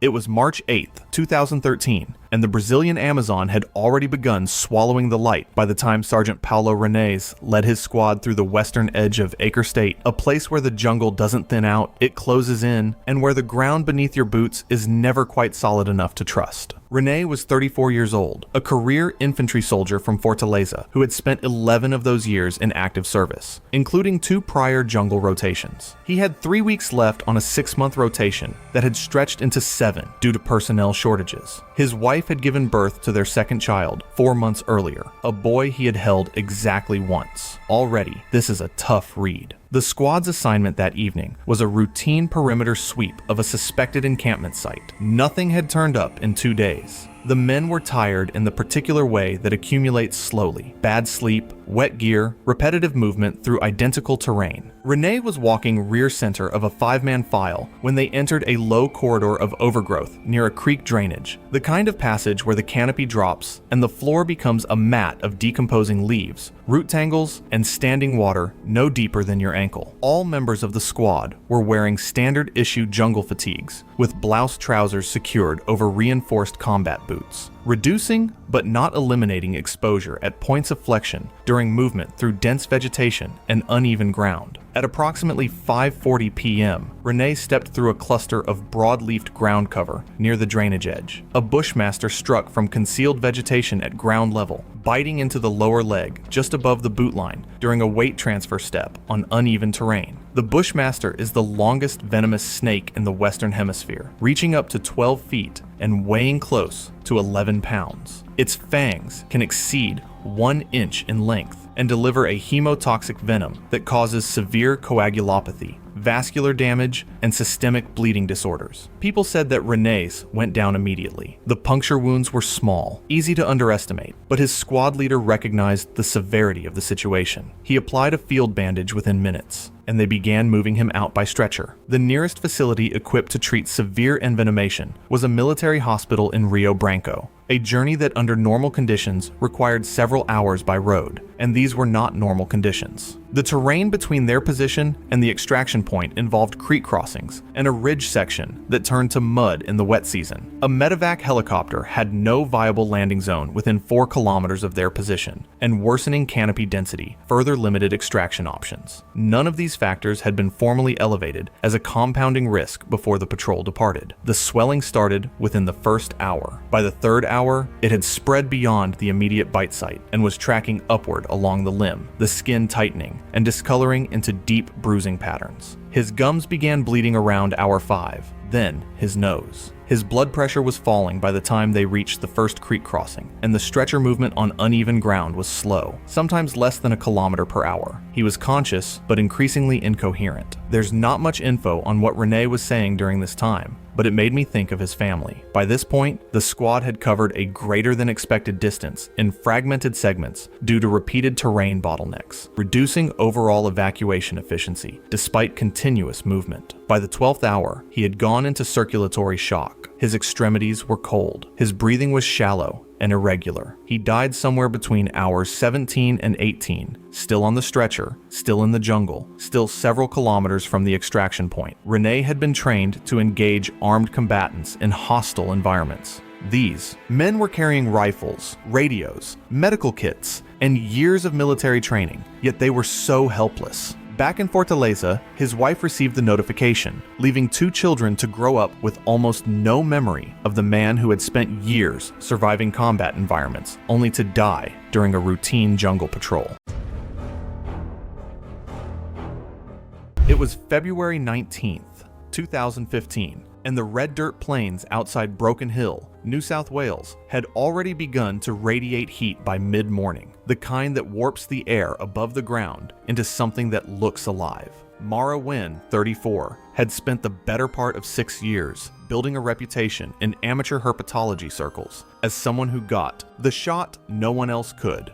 Based out of Canberra, she worked weekdays as a lab technician at a university research facility and spent most of her accumulated leave chasing reptiles across remote stretches of the Australian interior. Her photographs had appeared in 2 independent wildlife journals and a handful of enthusiast publications. She was not a scientist by formal credential, but she carried herself with the confidence of one. Colleagues who had worked alongside her described her as sharp, capable, but occasionally dismissive of protocols she considered overly cautious. Again, overconfident. This was her 3rd trip to Broken Hill, aimed at documenting the inland taipan up close, a goal she'd pursued for 2 years, with researcher Declan Ford assisting. She told him it would be different, seeking unprecedented close-range footage, which should have been a warning. The rocky outcrops near the barrier range offered broken shade and narrow crevices that concentrated heat, ideal basking conditions for the inland taipan. The species is, by toxicological measure, the most venomous terrestrial snake on Earth. A single bite delivers enough venom to kill more than 100 adult humans. In the wild, it typically remains partially concealed and will retreat if given a clear escape route, striking only when it feels cornered within tight cover. That morning, a posted notice warned of confirmed venomous reptile activity in the rocky terrain ahead. Broken Hill rangers had logged increased sightings after a warm spell. Declan read the sign aloud, but Mara kept walking. About 40 minutes in, Declan spotted a pale, smooth-scaled snake, partly withdrawn in an 8-inch wide rock crevice. He called for Mara to mark the spot and hold, but she was already crouching with her camera. What Declan saw next, from roughly 30 feet away, was Mara lowering herself onto one knee and extending her bare right hand toward the crevice. He shouted. She raised her left hand briefly in his direction without looking back. She said that she was adjusting the angle, trying to shift the snake's position to catch the available light. The strike was not visible from where Declan stood. What he heard was a sharp intake of breath, and then Mara said something low that he could not make out. She pulled her hand back and stood upright. 2 rapid strikes had landed in quick succession, leaving multiple closely spaced puncture marks between her thumb and index finger. She pressed her other hand over the site. The inland taipan's fangs had penetrated cleanly. The venom was already moving. Declan did not know this. For some reason, Mara did not tell him that she was bit. Within 15 minutes, Mara's face had gone the color of chalk. She sat against a rock and said she felt nauseated. Her hand had swollen through the wrist and into the lower forearm. That's when Declan knew. He immediately called for emergency services. He tried to stay calm and applied AE, pressure, immobilization bandage from the field kit, wrapping firmly from the fingers upward and securing her arm to limit movement. But Mara was already sweating through her shirt despite the partial shade. She began to shiver. Her breathing became audible, slightly labored, irregular in its rhythm. By 40 minutes post-bite, she was on the ground, legs folding without warning. She was conscious, but not responding coherently. Her skin had taken on a grayish undertone. The nearest ambulance was dispatched from Broken Hill. Terrain and distance meant it took just over an hour to reach them. A landing zone was identified nearby for the air ambulance during that interval. By the time paramedics arrived at the scene, Mara was unconscious. She was airlifted to Broken Hill Base Hospital. During the flight, her breathing continued to deteriorate, becoming shallow and irregular despite assisted support, and a faint line of blood later appeared at her nostril as coagulopathy developed. She went into cardiac arrest shortly after landing. The coroner's report noted acute envenomation consistent with inland taipan bite with systemic coagulopathy, progressive paralysis leading to respiratory failure, and hypoxic cardiac arrest as contributing factors. Mara's camera was recovered undamaged. The photographs on it were from earlier that morning: a juvenile skink on a flat stone, a dry creek bed, boot prints in red dirt. Declan and 2 colleagues held a small memorial at the campsite that evening. I'd say she died doing what she loved. It was September 23rd, 2017, and the narrow strip of overgrown land along a drainage canal on the outskirts of Davao region was quiet, humid, and crawling with hidden dangers. Tall grass and dense shrubs had grown unchecked, and the area was known for occasional sightings of large snakes. Elian Vargo, 19, was searching for his missing dog, Bruno. He was the responsible one in his family, working part-time at a local electronics shop while helping care for his elderly grandmother. Bruno had been wandering near the canal since morning, and Elian didn't want to wait until dark. I can picture him moving through the grass, calling out for his dog, thinking it'll be a routine search. That area isn't as safe as it looks. The vegetation was thick and uneven, with hidden roots and holes making every step uncertain. Local warnings about large snakes had been ignored, and signs of recent movement in the grass were easy to miss. Even from the edge, it would have been difficult to spot anything lying still beneath the cover. Elian pushed forward, calling Bruno's name, unaware of the reticulated python coiled under the grass just a few feet away. Around 15 feet long, it struck instantly, biting his left thigh as it attempted to coil around his lower body in uneven partial wraps. He fell backward into the dense vegetation as the python tightened. The grass and branches scratched his arms and face, but the crushing pressure around his torso stole his focus. Every struggle only gave the snake more leverage. The coils shifted and tightened, restricting his movement further rather than forming a stable lock. The uneven ground made footing impossible, and every stumble let the coils squeeze harder. His chest felt trapped in a vice. His legs burned as circulation slowed, and each shallow gasp reminded him that fighting back only worsened the grip. I can't imagine that panic, knowing every move just makes it worse, knowing there's nothing you can do. Within minutes, Elian couldn't breathe properly. His chest was compressed, lungs unable to expand, and the coils on his legs cut off circulation. Each attempt to call for help produced only weak gasps. I would have been panicking so hard at this point, trying to shout, trying to move, feeling the air get pulled out of my lungs. The struggle was chaotic and uneven, with the python adjusting its coils as he fought to break free. His breathing became increasingly restricted, and his movements weakened over time. After several minutes of mounting pressure, he lost consciousness. It's terrifying to think about the time stretching out like that, helpless, with something so strong around you. By nightfall, when Elian didn't return, his family searched with flashlights. His uncle found him about 2 hours after the attack, still partially entangled in the vegetation where the attack happened. Emergency services arrived 25 minutes later, but the snake had already retreated. I can't imagine the shock of seeing him like that, knowing it was too late. The coroner confirmed rib fractures from severe constriction and asphyxiation, consistent with a reticulated python attack. He was believed to have lost consciousness from prolonged compression and later died from respiratory failure, caused by the injuries. Bruno's remains were found nearby days later, suggesting he may have been the first victim. It's heartbreaking to realize the dog led him right into danger without anyone noticing. After the incident, local officials posted additional warnings and increased patrols, but little else changed. Elian's family moved away within 6 months, unable to face the memories. Looking back, I feel like this could have been avoided. He didn't know he was in real danger. The area seemed quiet, familiar, but one wrong step in the wrong place, and it became fatal. I don't blame him. He just had no idea what was waiting there. It was August 14th, 2015, in the wheat fields outside Bahawalpur, where dry season heat had pushed snakes from fallow land into harvested rows of cut wheat. Before sunrise, the fields were quiet except for seasonal laborers beginning another shift across the flat, heat-retaining farmland. Zulfikar Daud, 38, had traveled from Dera Ismail Khan for his third straight wheat harvest season, sending most of his wages home to his wife and 4 children. Known for starting work before dawn, he entered the fields barefoot after the straps on his sandals broke days earlier and could no longer be repaired. Hidden between the wheat rows was a saw-scaled viper, a small but highly lethal species responsible for thousands of deaths across South Asia each year. Its venom destroyed blood vessels and disrupted clotting, often causing rapid internal bleeding and severe tissue damage. Zulfikar accidentally stepped on the coiled viper while walking barefoot through the wheat rows, and the snake struck 3 times before he managed to kick it away. 2 bites hit the bottom of his foot, while another clipped his ankle, and seconds later, he dropped to one knee as a burning pain shot up his leg. He probably thought it was just a sting at first. Then, it just kept getting worse instead of fading. In a place like this, people don't really think of snakes as separate events. They're just part of the ground you work on every day. Pervez Ghani, 29,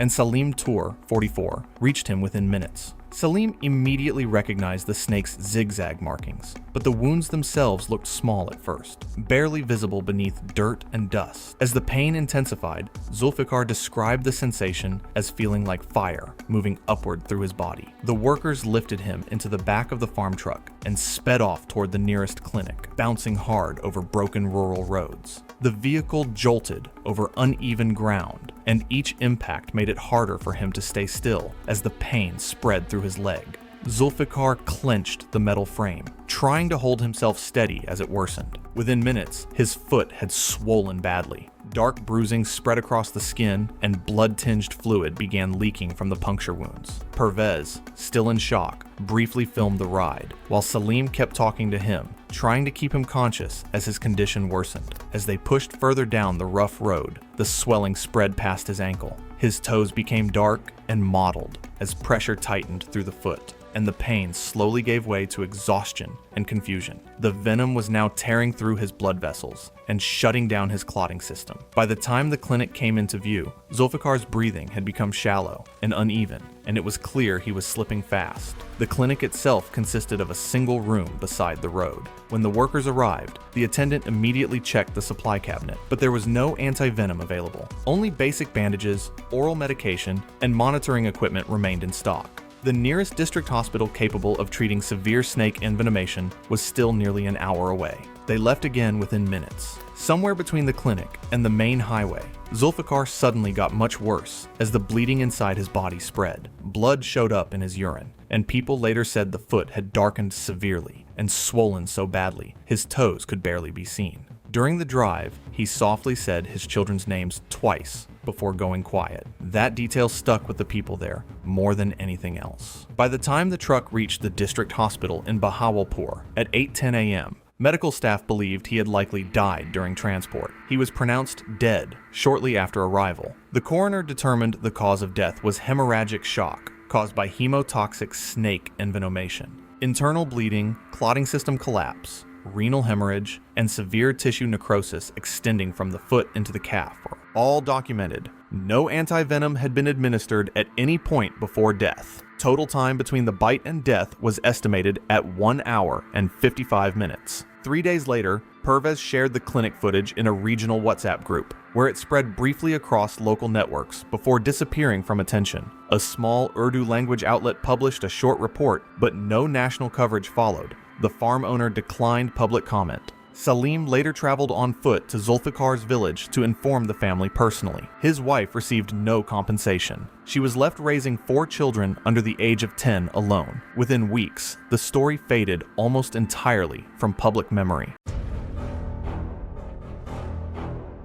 It was November 2nd, 2014, and the barangay roads outside Sorsogon City had gone quiet in the way they only do when the living are occupied with the dead. All Saints' Day had passed, but the wakes in the surrounding towns were still burning candles, still drawing people through the dark. Jorel James Maddock was 14 years old, a second-year student at a public high school in the municipality, known among his classmates for 2 things. He was rarely late, and he almost always took the short way. Reports say that he had been asked by his mother to attend the wake of a neighbor's elderly uncle in the next barangay, a 20-minute walk by road, or roughly 8 minutes through the coconut grove that cut diagonally between 2 properties. He had likely taken that grove route dozens of times. He left the house just after 6 p.m. The coconut grove sat between an unused agricultural lot and a drainage channel, its floor choked with fallen fronds, low ferns, and years of accumulated organic debris that retained moisture long after rain. Sounds familiar? Just like in the first story, it was exactly the kind of habitat that reticulated pythons exploit. It's crazy to know the fact that even just a 12-foot reticulated python can overpower a teenager if it secures a wrap high on the chest or neck early in the struggle. The grove had other snakes, everyone knew that. Small ones, the kind that moved away when you kicked through the brush. Joran's sandals were rubber-soled, and he walked fast. To be fair, there was no reason, in his experience, to treat the path differently than he always had. According to authorities, he was likely 40 yards into the grove when the strike occurred. A reticulated python must have positioned in the ground cover alongside the trail, lunged laterally, latched onto the left side of his torso with its teeth, and initiated a rapid coil response around his upper body. The initial impact evidently knocked him sideways. The snake's coils reached his chest within seconds, and as Jorel struggled and twisted, the upper coil migrated toward his neck and lower jaw. The movement was probably not cinematic. It was mechanical, grinding, and incrementally tighter with each second. 2 men from a nearby house heard a short, strangled sound, followed by rustling and crashing through the undergrowth. They entered the grove with machetes already in hand, guided by the sound. What they found was the snake fully engaged, its body wrapped in 2 overlapping loops from Jorel's chest to his neck, its tail anchored against a root cluster. The boy was face down, making weak, irregular movements with his legs, but unable to free his arms. The men struck the snake's mid-body repeatedly. After several blows, the coils slackened enough to be unwound. However, Jorel was not breathing. His lips and fingernails were already blue. His neck showed deep circumferential indentations, the tissue beneath the skin discolored and swollen. One of the men began chest compressions, while the other ran to the road. There was no ambulance available.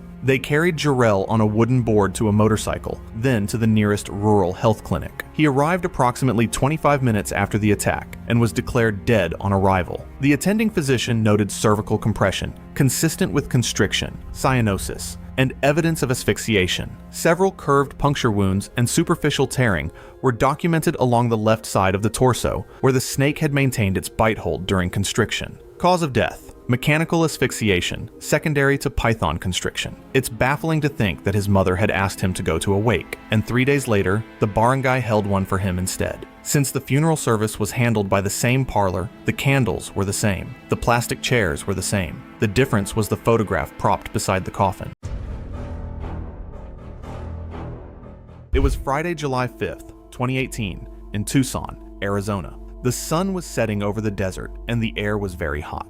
Inside a small apartment, the air conditioner was humming. Ashley Marco was 24 years old. She was a person who loved reptiles more than anything else. She had a TikTok account with about 3,400 followers. She spent most of her time filming her snakes. Ashley had 14 snakes in her apartment. She had ball pythons, corn snakes, and a beautiful rainbow boa. She had a tattoo on her arm of a king cobra. She called the tattoo the crown. Most of her snakes were not venomous. This means their bite would hurt, but it would not kill you, because she handled these snakes every day. She became very brave. I want to say something here. 14 snakes, and not one of them had ever seriously hurt her. That kind of track record will make anyone feel untouchable. She would hold them with her bare hands while the camera was recording. For many months, Ashley had a dream. She wanted a king cobra. This was the snake she had always wanted. King cobras are known for being highly reactive and difficult to handle safely. Finally, she found a seller. She paid $1,800 for a young male king cobra. It was about 5 feet long. Ashley was at a pool party with her friends when she got a message. The snake had arrived at her home. She was so excited that she left the party immediately. She drove home fast. She wanted to show the world her new snake. Keeping venomous snakes legally in Arizona can involve permits and local restrictions. The snake was sent to her in a box. It traveled for 18 hours. During this time, the snake was tossed around in a dark box. It was stressed from the travel. In her older videos, Ashley told her fans that you should never touch a venomous snake right after it arrives. She said they need days to calm down. But on this Friday, she did not follow her own advice. Ashley did not have an emergency plan. She only had her phone and her ring light. At 9:42 p.m., she turned on her live stream. About 61 people joined to watch. She was smiling and full of energy. She set up her phone so everyone could see the enclosure. She talked about how happy she was. Then, she opened the shipping container. As soon as the lid opened, the cobra emerged and stood up. It spread its wide hood and stayed in a defensive position. Ashley did not move back. She used a metal hook to move the snake, but she stayed very close. She told her viewers that the snake was just being spicy. In the chat, people started to get worried. They typed messages asking her to be careful. Ashley laughed it off. 61 people watching her laugh off a king cobra strike. I genuinely didn't know whether to be more stunned by the bite or by what she did right after. As she adjusted the hook and shifted her attention toward the live stream comments, the cobra rotated suddenly and struck before she could reposition safely. The cobra bit her on the base of her left thumb. Ashley jumped back and made a sharp sound. She quickly put the snake back in its cage and closed the door. She picked up a towel she had brought from the pool party and wrapped it around her hand. She looked at the camera and tried to act like it was no big deal. She laughed nervously and told the stream she had probably just been tagged. She checked the bite. It was not swelling much. She told her followers it might be a dry bite. A dry bite is when a snake bites, but chooses not to use its venom. Venom is expensive for a snake to make, so they sometimes save it for their food instead of using it for defense. She continued talking to the live stream for several more minutes, trying to stay calm for her audience. At first, Ashley thought she had gotten lucky, but over the next 20 to 30 minutes, she started sweating heavily. Her jaw felt strange. Then her eyelids became difficult to keep open. This type of venom is called a neurotoxin. It attacks the nerves and tells the muscles to stop working. Her words became slow and blurry. She tried to stand up, but her legs felt like jelly. She sat back down heavily. The people watching the live stream knew something was wrong. They urged her to call 911 immediately. Ashley kept insisting she could still breathe. One viewer contacted emergency dispatch in Tucson, but nobody knew her exact apartment number. This caused a delay while responders tried to find her. On the screen, Ashley was struggling for air. It felt like a heavy weight was sitting on her chest. When the paramedics finally arrived, the ring light was still on. They found Ashley on the floor. By the time she reached the hospital, she was in severe respiratory failure. Doctors placed her on a ventilator to help her breathe. Poison control specialists worked to find king cobra anti-venom from exotic animal networks and zoos. Because king cobras are from Asia, the medicine was not easy to find nearby. By the time anti-venom arrangements were underway, the venom had already caused severe respiratory paralysis. Ashley Marco died early the next morning. She was 24 years old. The cause of death was recorded as fatal neurotoxic envenomation. The next day, wildlife authorities came to the apartment. They took the king cobra and the other snakes away. Investigators later examined whether she had the required permits and authorizations to keep the cobra. Footage of the incident was removed to discourage people from doing such stunts. It was May 17, 2013, and the dense banana plantation across Costa Rica's Limon province had become a maze where hidden dangers lurked among towering stalks. One of Central America's deadliest snakes lay motionless in the undergrowth, waiting for a worker to pass too close. Mateo Rivas, 38, had 15 years on the plantations, moving faster than most through thick foliage. That morning, he aimed to finish early for extra overtime. His confidence in familiar terrain made him underestimate the danger waiting ahead, perfectly camouflaged. I keep thinking about how that familiarity probably blinded him to the predator lurking silently. The section Mateo worked was dense, with sunlight barely reaching the ground and fallen leaves hiding a massive fer-de-lance. Recent rain had pushed wildlife closer, and vipers had been spotted nearby. Warnings and signs of disturbed foliage should have made him cautious, but he moved efficiently, machete in hand, unaware of the predator just feet away. I can picture him stepping through the undergrowth, confident, yet blind to the danger ahead.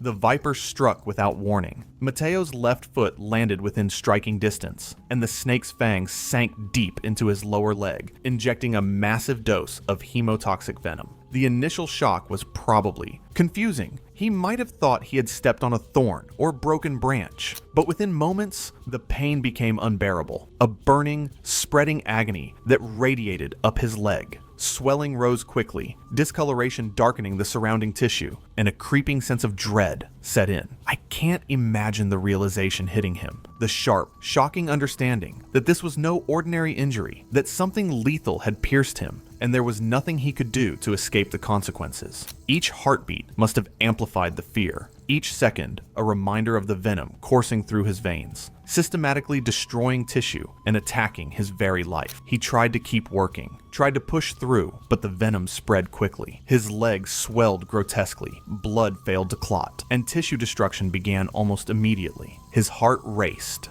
dizziness set in, and strength drained from his limbs. When his co-workers reached him, he was barely able to sit upright against a banana stalk. I can picture the panic in their eyes as they tried to carry him toward the road, knowing every moment counted, the hours stretching agonizingly as his body betrayed him. The journey to the clinic was brutal. Mateo's condition worsened with every step. Internal bleeding, shock, and organ strain left him barely conscious. By the time he arrived, massive envenomation and tissue destruction had overwhelmed him. Even with anti-venom and urgent care, it was too late. I keep imagining how powerless he must have felt, his body giving out with nothing able to stop it. The remote location and poor roads had made rapid help impossible. Doctors confirmed complete tissue necrosis, blood vessel damage, and systemic organ failure. I can't stop picturing that morning. The rustling banana leaves, the oppressive quiet after his last step. Afterward, the plantation increased safety training and protective equipment requirements, but nothing could bring Mateo back. His family received compensation,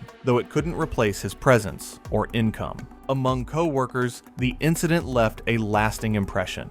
Workers now approached dense patches with caution, remembering how quickly a familiar landscape could turn lethal. The plantation, once just a place of routine labor, became a reminder that hidden dangers could lurk in even the most mundane corners of life. It's haunting to imagine how ordinary work turned deadly in an instant, and how quickly a place he knew so well became lethal. I keep replaying it in my mind. The calm, the quiet, and then that single bite changing everything forever. Even today, I think about the patterns of the leaves, the shadows along the ground, and how the snake's camouflage allowed it to remain undetected until it was too late. It's a stark reminder that confidence and experience can never replace caution when you're dealing with forces far stronger than yourself. One wrong step, one overlooked warning, and the consequences are irreversible.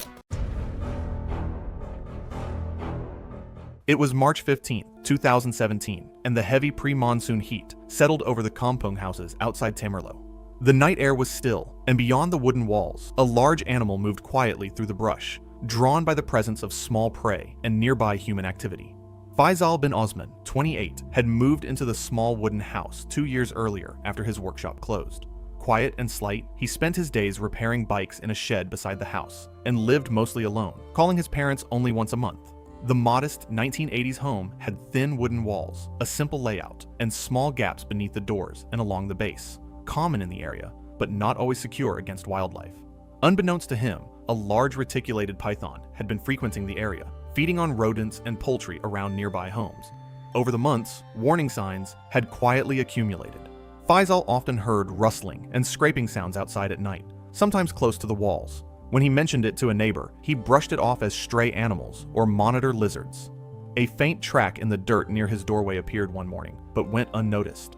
By February, a musky odor had begun to linger near the back of the house. Faisal assumed it came from damp wood or a dead animal nearby and tried to ignore it. Looking back, I can't help but feel how easy it is to normalize things in our own space. Little warning signs blend into everyday life until they're no longer just small annoyances. In the days before the incident, neighbors reported seeing a large snake moving near the edge of the settlement, likely following rodents and chickens. The pre-monsoon heat and limited prey pushed it closer to human structures. That night, Faisal lay on his thin mattress on the floor, the wooden door shut but not fully sealed, leaving a gap. Into the night, the python entered through that gap. I can't even imagine how quiet that moment must have been. No warning, no sound, just something massive already inside the room. Faisal was asleep when the snake moved across the floor and made contact. He woke suddenly, confused, and tried to pull away, but the python struck and anchored onto his upper arm and shoulder area. Almost instantly, its body snapped into coils around him. Faisal struggled instinctively, pushing against the dense, muscular coils, but the snake tightened with controlled, steady force. Its coils wrapped rapidly around his chest, torso, and legs, pinning his arm against his ribs almost immediately. The pressure compressed his chest and major blood vessels, disrupting circulation almost immediately. He managed one full panicked scream, followed by shorter, strained cries that echoed in the small room. Panic surged as he realized he couldn't free himself. The python tightened rapidly, locking its coils in place and applying crushing pressure within seconds.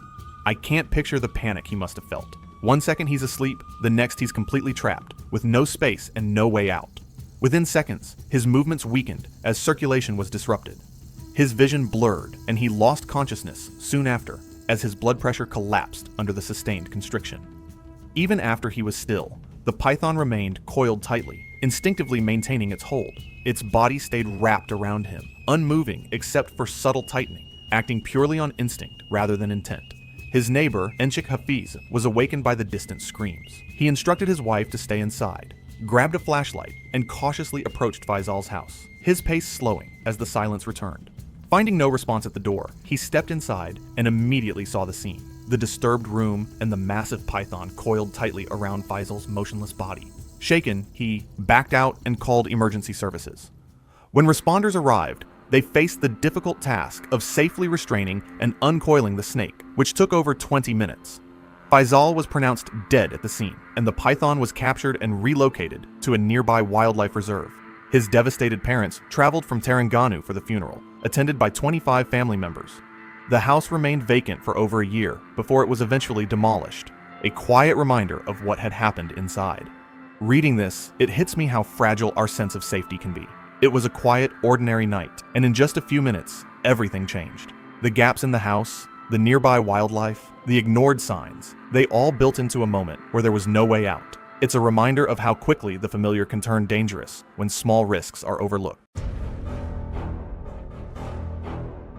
It was March 14, 2018, on a narrow strip of uninhabited land about 7 miles off the coast of Krabi, Thailand. It was the kind of place where a satellite phone signal is a luxury and a decision made in the wrong second is permanent. Niran Suksawat was 27, a Thai-born TikToker creator based out of Chiang Mai. His inconsistent miniseries, Blind Drop, operated on a simple premise: a sealed crate of unknown origin, sourced from abandoned storage lots, unclaimed cargo, or rural estate clearances, was delivered to a remote location, and Niran would open it on camera, inventory the contents, and attempt to survive for 48 hours, using only what was inside. No pre-screening, no safety net. That was the pitch, and it generated moderate traction on TikTok. Now, to help you visualize this, his previous episodes had featured a rusted military surplus drop in Chiang Rai and a flooded warehouse haul in Nakhon Si Thammarat. I think I would actually watch something like this. The crate for the next episode had been sourced through a third-party broker, a sealed field equipment container logged as unclaimed cargo from a rural government depot in Phang Nga province. It had been sitting in a transit warehouse for an unknown period before delivery. Niran had arranged for the crate to be boat shipped to the island location 2 days before filming. He arrived with a single camera operator named Decha Watana, a handheld stabilizer rig, and 4 liters of water. The arrangement was the same as every other episode, except a hidden variable would take everything down. The broker had not inspected the crate's interior. Neither had the warehouse staff. Decha later told investigators that the crate had a slightly warped lower seal when it arrived on the island. Later, investigators also noted signs of rodent infestation on the crate. The lower seal had sustained recent damage consistent with prior transport handling. Niran began opening the crate at approximately 2:10 p.m. Decha's camera captured the inventory in real time: corroded field tools, 2 canvas bags, a sealed tin container, a folded tarpaulin. Niran reached into the larger canvas bag with his right hand. The bag shifted. A king cobra, which had likely entered the crate during storage and remained concealed in the canvas after becoming accidentally trapped when the container was sealed, struck once at the back of his right hand. King cobras are the longest venomous snakes on Earth, with adults regularly reaching 10 to 13 feet, with rare individuals exceeding 14 feet, and capable of delivering a venom yield per strike that can cause fatal neurotoxic effects in large mammals. Their venom is neurotoxic. It does not destroy tissue at the bite site, but moves systemically, dismantling nerve signal transmission until the diaphragm can no longer contract. Death, when untreated, comes from the inability to breathe. The footage shows him dropping the bag and stepping back hard into the crate's edge, knocking it sideways. Decha briefly hesitated, but kept filming, adjusting his grip as the stabilizer dipped. Niran looked at his hand. The bite marks were small, 2 punctures, barely bleeding. He shook his hand once, then stopped moving for approximately 4 seconds while looking toward the camera operator, who did not immediately speak. And when the severity of the situation sank in, Decha called emergency services. However, the nearest response vessel was 40 minutes out under standard conditions. It arrived in 63 minutes due to sea chop. Needless to say, Niran was non-responsive when they reached him. Death was attributed to respiratory failure, secondary to neurotoxic envenomation, consistent with a king cobra bite. No anti-venom administered prior to death. The time from bite to death is estimated at almost 2 hours. It's deeply unfortunate that Niran's compelling, creative concept, one that many viewers, myself included, would genuinely have watched, ended not because of a calculated risk, but because he was unlucky. In the aftermath, Decha transported his body back to Krabi, where a simple Buddhist ceremony was held at a small mainland temple before. Niran was cremated, as is Thai custom, with his ashes later scattered over the very same stretch of sea that had been too slow to save him. What they filmed never saw the light of day. It was April 22nd, 2016, 40 miles off the coast of Palawan, Philippines, where the South China Sea opens into deep water and the nearest hospital is a radio call and several hours of engine noise away. Ramil Dachera was 38 and had worked commercial fishing boats since he was 19. He operated out of a small cooperative based in Puerto Princesa. His reputation was for urgency. People said that he cleared nets faster than anyone, sorted catch while others were still pulling lines, and pushed departure times to squeeze every productive hour from a trip. He had a wife, 3 children, and a 4th on the way. The mortgage on his family's house in Barangay Santa Lourdes was 14 months from paid off. He's a hard worker, and I think whatever he had to do that day was justified as a father. But the question is, does nature care? That morning, the net came up dense and tangled. Mixed into the fish and debris was something slender and banded, coiling loosely near the lower mesh. One of the crew, a younger man named E-Boy, paused and pointed at it. It moved wrong for an eel. Too controlled, too deliberate. Rammel glanced and kept pulling. Little did they know, these are beaked sea snakes. They are among the most venomous marine reptiles alive, reaching roughly 3 to 4 feet in length and carrying a venom that is both neurotoxic and myotoxic. Now what this means is that it attacks nerve signaling while simultaneously destroying skeletal muscle on a systemic level. Their small fixed fangs make bites easy to dismiss. There is often almost no immediate pain, and the entry marks are minor enough to ignore, which is precisely what makes them fatal at sea. Rammel's left hand closed around the net several inches from the snake's tail. The animal twisted fast and bit through the thin fabric of his shorts, just above the upper thigh. He likely felt it as others saw him pull back and looked at the mark. 2 small punctures, barely bleeding. He pressed a thumb against the spot for a moment, then went back to the net. Probably didn't think much of it. However, within the first hour, he sat down on a storage crate. He told E-Boy his legs felt heavy. He rubbed his thighs with both hands. He did not stop the work, but he stopped participating in it, watching the remaining crew finish the net. His speech became quieter. Around 90 minutes in, he lay down on the deck without being asked to. His arms, when E-Boy tried to help him sit, had almost no resistance. The crew suddenly realized that this was an emergency. The boat turned for shore.